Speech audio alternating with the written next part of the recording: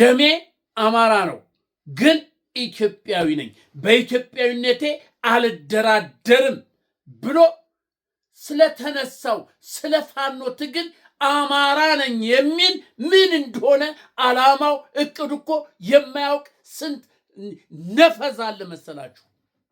ይህ ሊባኖስ ሚዲያ ነው። ሰብስክራይብ ሸር አድርግ። አንተ ሰብስክራይብ አድርግ። ሙዚቃው ነው መግቢያው ነው። ሰብስክራይብ አድርግ። ሰብስክራይብ አድርግ። ሁሉም ሰው ይስማ። በተለይ አማራ የሆነ አማራ ነኝ ብሎ የእንግዴ ልጅ የሆነ አማራ ነኝ ብሎ ባንዳ የሆነ ወገኑን የሚገል ወገኑን የሚያስገድል ይሄን ይስማው ውስጥ ይስማው። አማራነት ምን እንደሆነ ትግሉ ለምን እንደተጀመረ ትግሉ ለምን እንደሆነ እንዲያውቀው እንዲረዳው ምናልባት ቀልብ ገዝቶ ወደ ወገኖቹ የሚመለስ ከሆነ ቀልብ ገዝቶ ወገኖችን ከመግደል ይመለስ ከሆነ ይህንን ለባንዳ ለሆነው የእንግዴ ልጅ ለሆነው ለአማራ ተወላጅ በሚኒስቴር ደረጃ በሚሊሻ ደረጃ በኮሎኔል ደረጃ በሻለቃ ደረጃ በወታደር ደረጃ ያለ ባንዳ ሁሉ በካድሬ ደረጃ ላለ ሁሉ ይስማው። ላኩለት አማራነት ምን ማለት እንደሆነ እንዲያውቀው ትግሉ ለምን እንደተጀመረ እንዲያውቀው ላኩ። ይስማው። አንተ አማራ ትግል የጀመረው በሰላም ወጥቶ መግባት ጠልቶ ነው? በረሃ ለበረሃ መንከራተት ፈልጎ ነው? በረሃ በጥም መኖር ፈልጎ ነው? አይደለም።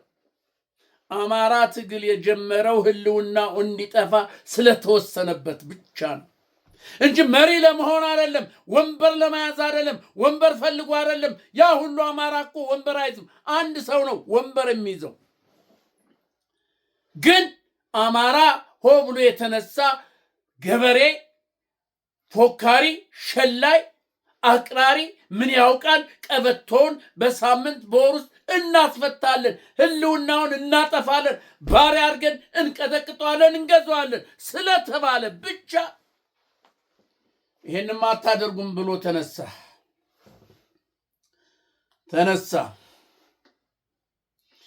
የአማራ ትግል ሲጀመር ፋኖ ሲጀምር ዝም ብሎ ተራ ወንበዴ ብልጽግና እንደሚለው ሽፍታ ሆኖ የተሰባሰበ አይደለም። ዕውቀት ያላቸው ሀብት ያላቸው ታዋቂ የሆኑ ሰዎች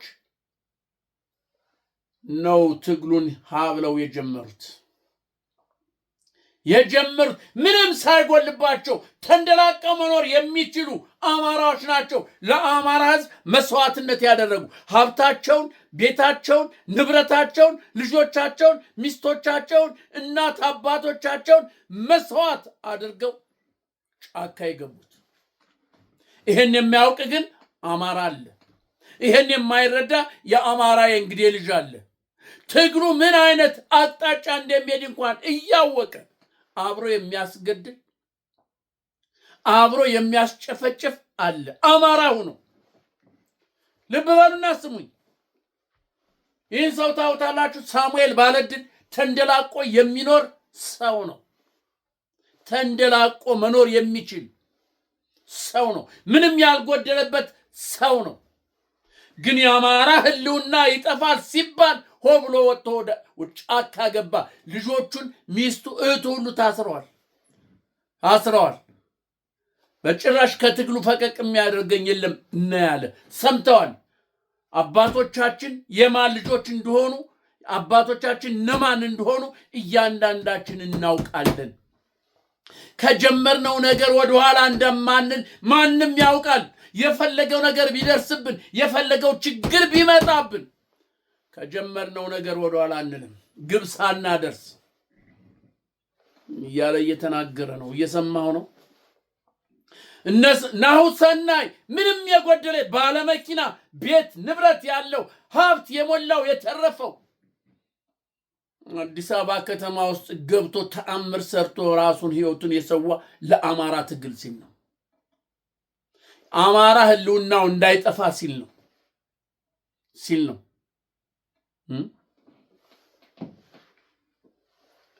እነ ኮሎኔል ነው ጄኔራል ሰጥተውታል። ማነው ውባንታ ማተ ስንት ሀብት የሞላው ድረስ የናጠጠ ለሌላ የሚተርፍ የነበረው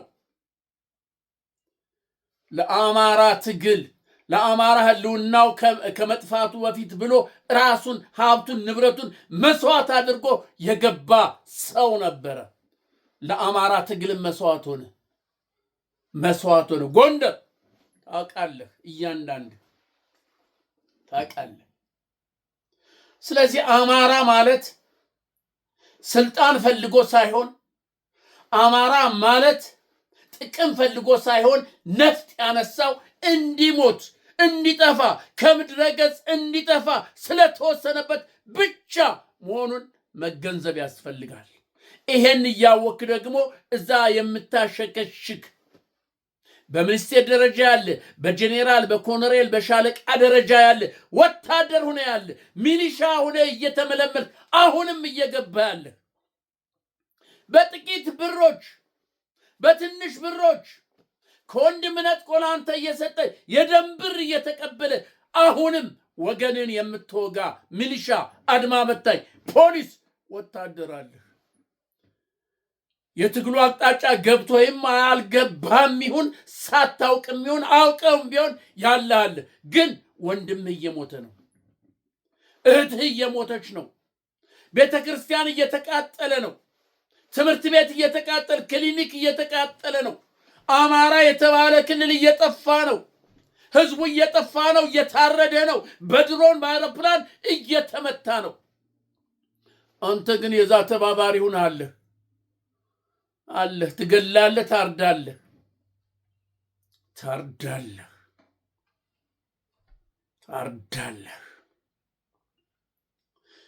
አማራ እንደው አይጠፋም። እመነኝ፣ አማራ የሚባል ህዝብ አይጠፋም።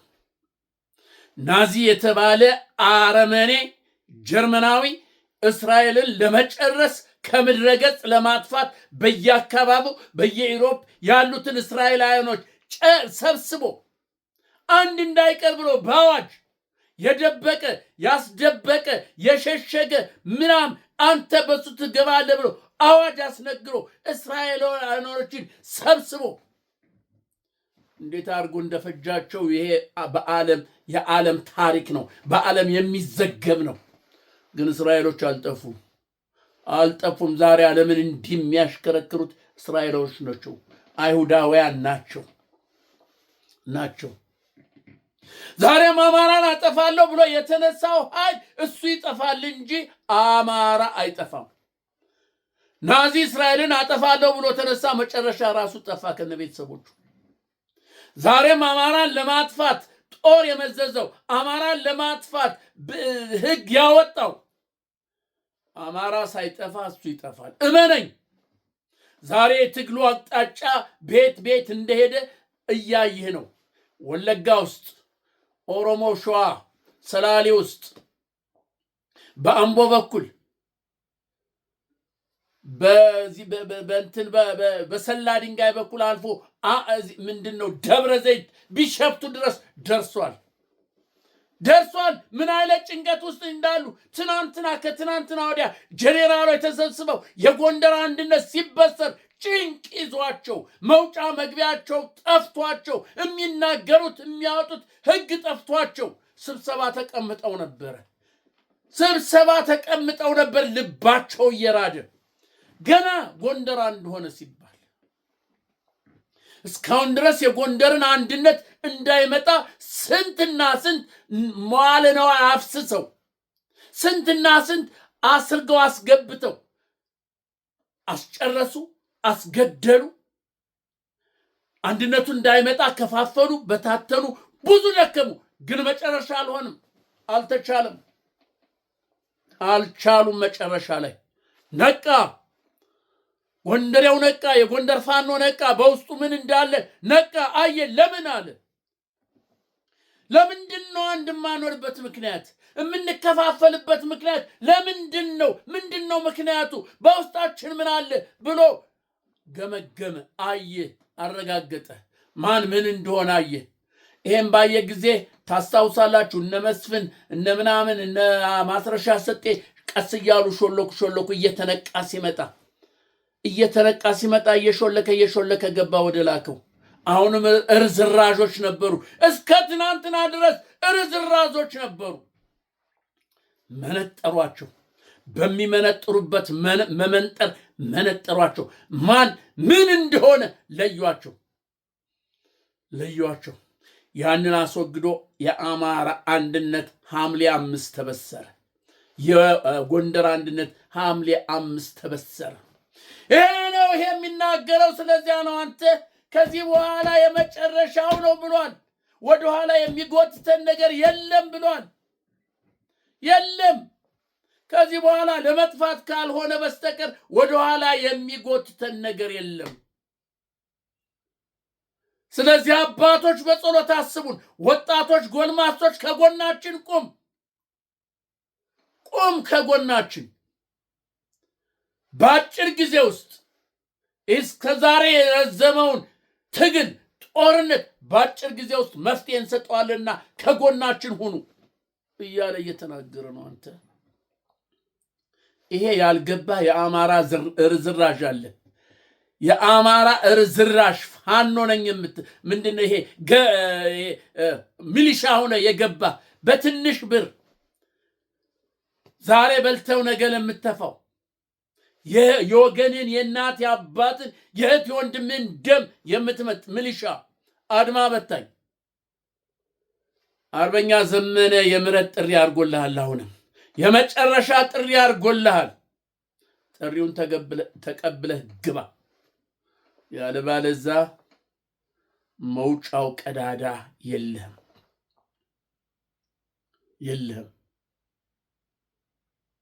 ስለዚህ ውድ ኢትዮጵያውያኖች እባካችሁን ያለው አገዛዝ ያለው ህዝብ እርስ በርስ የሚከፋፍል እርስ በርስ የሚያጋጭ የሚያባላ ታሪክ እየመዘዘ የውሸትም የእውነትም ታሪክ እየመዘዘ እንዲህ ነው የሚል መንግስት ስለሆነ ያለው ይሄንን መንግስት ተረባርበን ማጥፋት አለብን። ዶክተር አብይ ደብረ ማርቆስ ላይ ያለውን አልሰማህ? የአፄ ዮሐንስን ታሪክ አመጣ። ጎጃም ላይ የሰሩትን ታሪክ አመጣ፣ መዘዘው።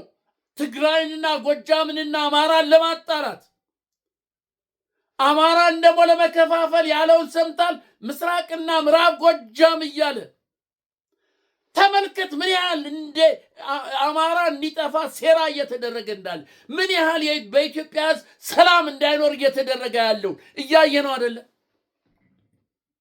በሄደበት ቦታ ሁሉ ንግግር ሲያረግ የሚከፋፍል የሚለያይ የድሮ ያለፈውን ታሪክ እያመጣ ኧረ እንዲህ ነበርክ እኮ እንዲህ ሆነሃል፣ ጡት እንትን እንዳለው የጡት ሐውልት እንዳቆመው አልሆነ ብሎ። የኢትዮጵያ ሕዝብ ግን ነቃ። አማራው ነቅቷል፣ ኦሮሞው ነቅቷል፣ ትግሬው ነቅቷል፣ ሶማሌው ነቅቷል፣ አፋሩ ያልነቃ የኢትዮጵያ ሕዝብ የለም። አውቋል። ተለያይቶ መኖር ጨንቆ ቸግሮታል። ያመጣለት ነገር የለም። መለያት የከሌ ክልል ቢባል የመጣለት ነገር የለም። ተለያይቶ መበላት ካልሆነ በስተቀር ያመጣለት ነገር ምንም እንደሌለ ህዝብ አውቋል።